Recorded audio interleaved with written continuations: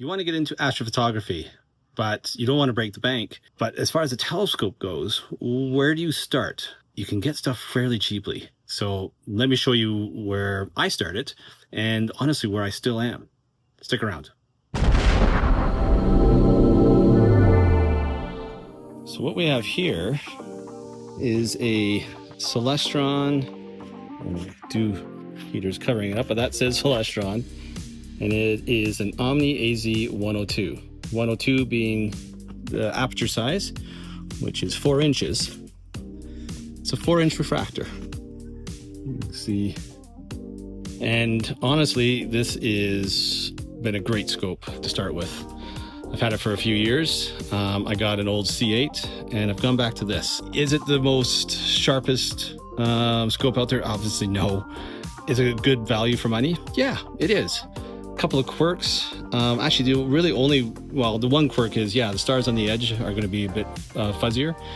But the other issue is the focuser. And I've actually replaced the focuser with this thing here.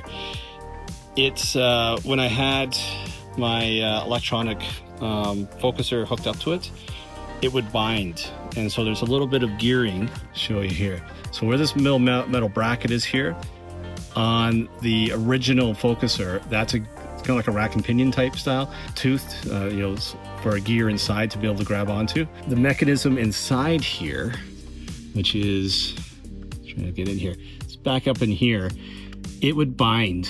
And quite often the focuser would fail at trying to focus or just would give up. And if I left my scope to do a plan, using my ASIR, a lot of times when I switched to a different filter, it would, that whole set of subs would be useless because it just wouldn't be in focus. So that's the only thing I did. I replaced the focuser on this, and it is a, what is it here? A GSO something or other. I'll put a link down in the description of which one it fits, and it's been great. I can tension, it works on more of a belt tension or something, I think. But yeah, it's been great. The EAF has worked very well with it, and it was the next step to being able to do, indoor couch astrophotography, if you will. I had to find a what the heck are these things called again? Wedge mounts. That's not what they're called. T things or something. I'm gonna look it up and find out what it is. I had to get one of these rings. I had to buy separately because it comes with a mount, and which is just garbage.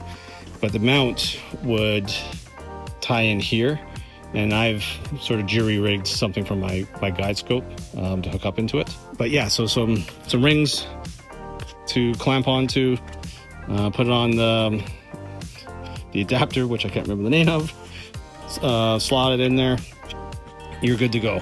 And honestly, what I paid for it was $0. A friend gave it to me as a gift. Now, that might seem like I'm cheating on making this video.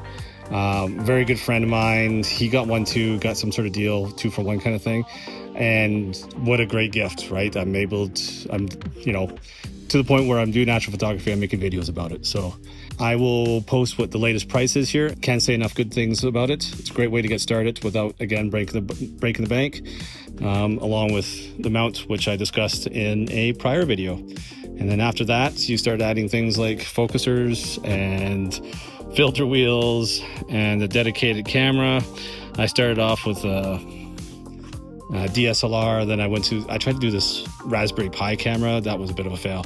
Eventually I splurged and got myself a dedicated cooled monochrome camera, and it's been great. So yeah, if you're trying to get into astrophotography and you don't want to break the bank and you need a telescope to get going, this is a great option. Highly recommend it. It's been great. Been using it for 2 years.